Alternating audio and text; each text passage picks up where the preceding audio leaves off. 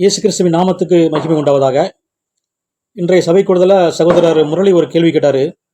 அதாவது உபவாசம்னா என்ன, உபவாசம் எப்படி இருக்கணும் அப்படின்னு கேட்டார். அதுக்கான அர்த்தத்தை நம்ம பார்க்கலாம். மத்தேயு 9ஆம் அதிகாரம் பாருங்க. மத்தேயு 9ஆம் அதிகாரம் 14-15 வசனம்.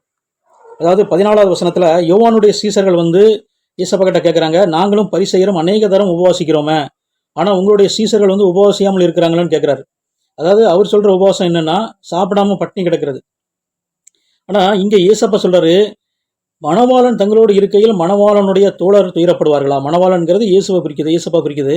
நான் இப்போ அவங்க கூட இருக்கிறேன், அப்போ அவங்க துயரப்படுவாங்களா, படமாட்டாங்களா. ஒரு நாள் அவங்கள விட்டு எடுபடும் நாள் வரும், அப்பொழுது நான் உபவாசிப்பேன் அப்படிங்கிறார்.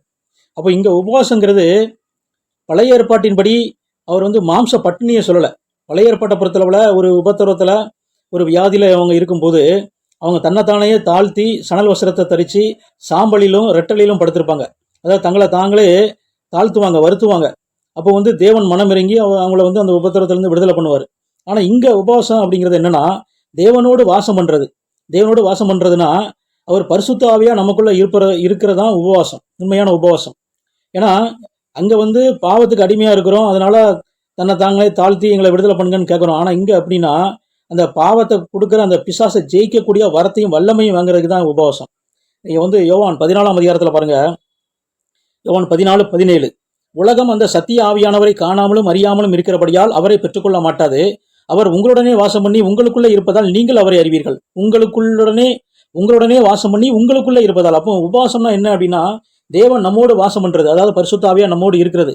அப்போ எப்போ இருப்பாரு அப்படின்னா, அவருடைய கற்பனையை கை கொள்ளும் போது தான். அதான் அதுக்கு முதல் வசனத்தில் பாருங்க, நீங்கள் என்னிடத்தில் அன்பா இருந்தால் என் கற்பனைகளை கை கொள்ளுங்கள், நான் பிதாவை வேண்டிக் கொள்வேன், அப்பொழுது என்றென்றைக்கும் உங்களுடனே கூட இருக்கும்படிக்கு சத்திய ஆவியாகிய வேறொரு தேற்றல்வானை அவர் உங்களுக்கு தந்தருள்வார் அப்படிங்கிறார்.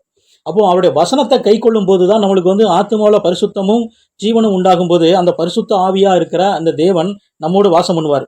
அதிலே 14:23 பாருங்க. யோவான் 14:23, ஒருவன் என்னில் அன்பா இருந்தால் அவன் என் வசனத்தை கை கொள்வான், அவனில் என் பிதா அன்பா இருப்பார், நாங்கள் அவனிடத்தில் அவனோடே வாசம் பண்ணுவோம். அப்போ இந்த உபவாசம் அப்படிங்கிறது என்னன்னா, தேவனோடு வாசம் பண்றது. அப்போ தேவனோடு நம்ம நிலைச்சிருக்கிறது. அப்போ நிலைச்சிருக்கிறதுனா தேவனோடு எப்படி நிலைச்சிருக்க முடியும்னா, அவருடைய வசனத்தை, அவர் வாய் திறந்து சொன்ன வசனத்துல நம்ம அதுக்கு கீழ்ப்படிந்து அதை ஒவ்வொரு நாளும் கை கொள்ளும் போது தேவனுடைய ஆவியானோ நம்மோடு வாசம் பண்ணுவார். அப்படி வாசம் பண்ணும்போது நமக்கு அந்த பிசாசின் மேல அதிகாரமும் வல்லமையும் உண்டாகும். அது எதுக்காக அப்படின்னா, நம்ம புறப்பட்டு போய் அந்த பிசாசின் கீழே இருக்கிற ஒவ்வொருவரையும் விடுதலை பண்றது. அதாவது அவங்கள அந்த பிசாசை துரத்த, வியாதியை சுஸ்தப்படுத்த, அதுக்காக நம்ம தேவனோடு நம்ம இணைஞ்சிருக்கோம். அந்த தேவ ஆவியினா நம்மோடு இருக்கிறார். இதுதான் உண்மையான உபவாசம். அதான் அவர் சொல்றாரு, நான் மணவாளன் தங்களோடு இருக்கையில் மணவாளனுடைய தோழர்கள் துயரப்படுவார்களா.